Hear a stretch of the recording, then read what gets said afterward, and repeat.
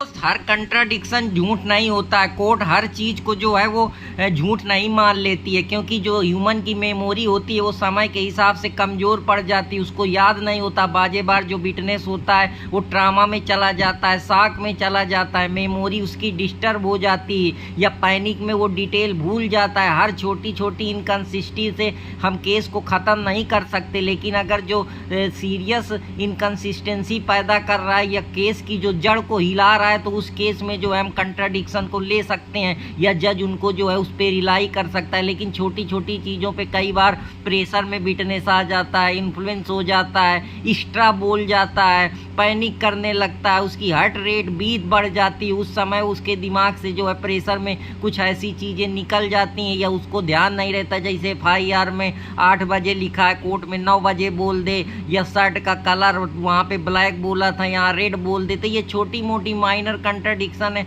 अगर लेकिन केस को किसी प्रकार से इम्पैक्ट कर दे या कुछ बदल दे या कोई जो स्टोरी है उसमें चेंज कर दे या रीजनेबल डाउट पैदा हो जाए, तो ये सारी चीज़ें हम जैसे नाइफ से अटैक हुआ पर एक्चुअली में कोई सीरियस इंजरी नहीं मेडिकल रिपोर्ट में दिखा रही है, या फॉरेंसिक साइंस में जो है उस नाइफ अटैक में कहीं खून नहीं लगा है, या जिससे उसने यूज करा है वो DNA उससे मैच ही नहीं हो रहा। तो ये सब स्मार्ट तरीके हैं जो लायर यूज करते हैं मॉडर्न युग में, क्योंकि फॉरेंसिक और डिजिटल ईरा का यूज है। या जहाँ पे जो अपराध हुआ है वहाँ पे उस लोकेशन पे चाकू बरामद ही नहीं हुई, उस समय थी ही नहीं, वो कहीं और चीज़ पे डॉक्यूमेंट में दिखा रही है। या जो तुम कह रहे हो कि इंजरी काश हुई है, वो इंजरी किसी और चीज़ से काश हुई थी। तो ये छोटे छोटे जो कंट्राडिक्शन है, लूप होल्स हैं या तरीके हैं कि बयान में क्या दिया है, इन्वेस्टिगेशन में क्या दिया है, GD में क्या दिया है, अरेस्ट मेमो में या रिकवरी में जो क्या क्या चीज़ें हैं इनसे, और